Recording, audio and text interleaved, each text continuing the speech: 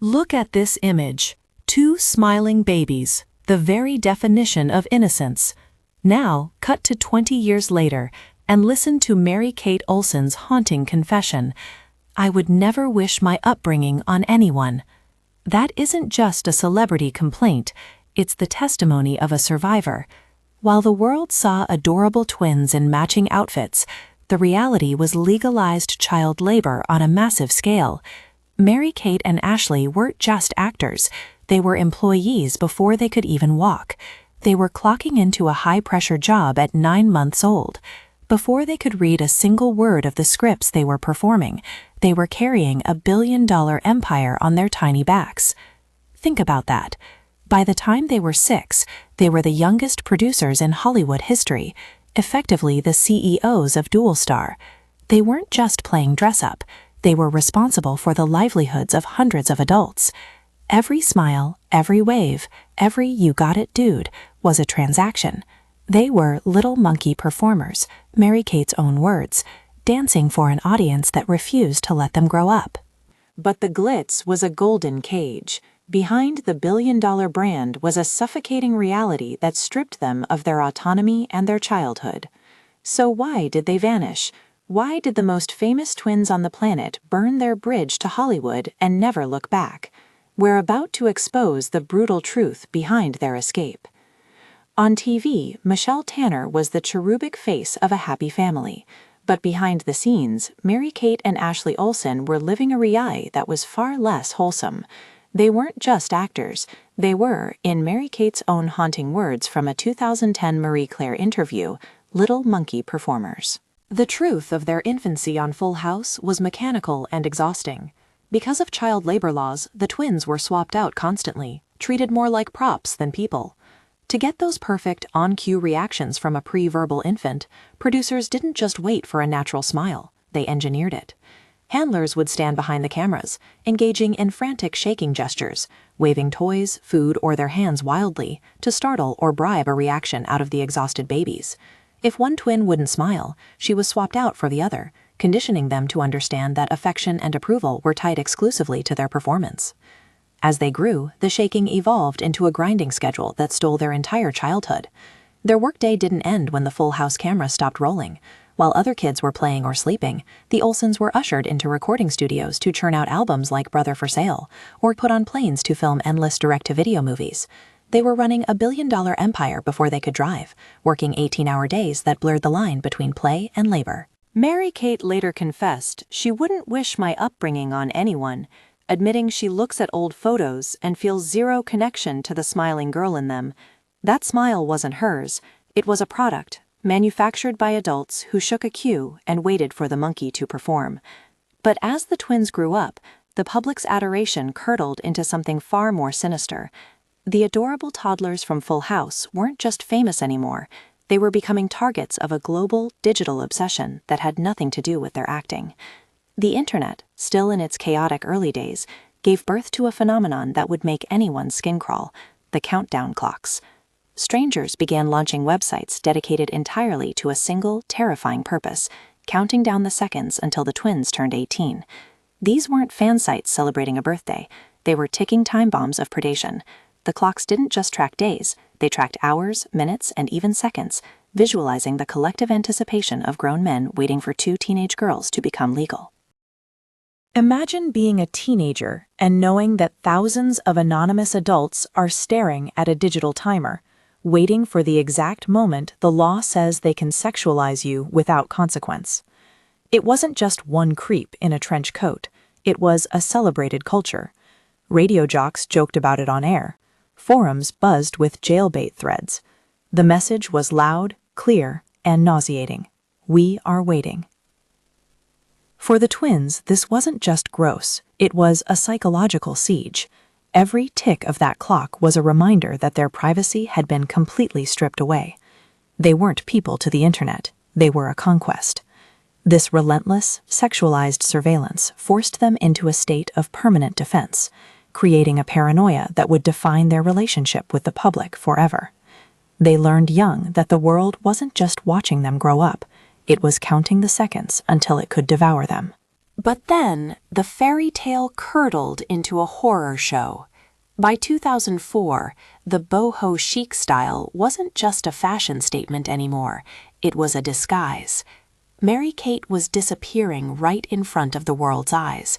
She was visibly struggling, her frame becoming alarming, and the whispers about an eating disorder turned into a deafening roar. But instead of help, she got mockery. The media didn't treat her like a sick teenager. They treated her like a circus freak. They branded her the Skele-twin. They placed bets on her weight, and the cruelty reached its absolute peak on live television. May 15, 2004, the twins were invited to host Saturday Night Live. It should have been a victory lap for their 18th birthday. Instead, the writer's room turned her pain into a punchline. In a sketch explicitly designed to humiliate her, the real Mary-Kate and Ashley played paparazzi on a red carpet, but the actors playing the stars turned the cameras back on them. Amy Poehler, playing a photographer, screamed the line that would haunt the broadcast, "Mary-Kate, you're too skinny. Eat a sandwich." The audience roared with laughter. Mary-Kate had to stand there, live on air, and smile through a joke about the very disease that was killing her. It wasn't satire, it was bullying broadcast to millions. Just weeks after the credits rolled on that episode, Mary-Kate was checked into a rehabilitation facility for anorexia. The joke wasn't funny anymore. The paparazzi became predators.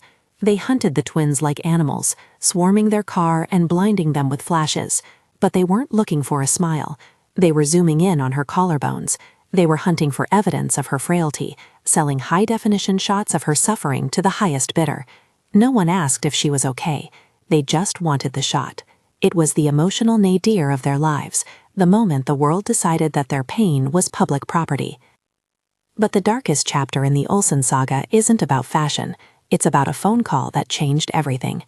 Most people remember the tragedy of January 22, 2008, when Heath Ledger was found in his Manhattan apartment. But the details of how he was found contain a twist that is often overlooked. It wasn't a family member or a partner who found him. It was his masseuse, Diana Wolozin.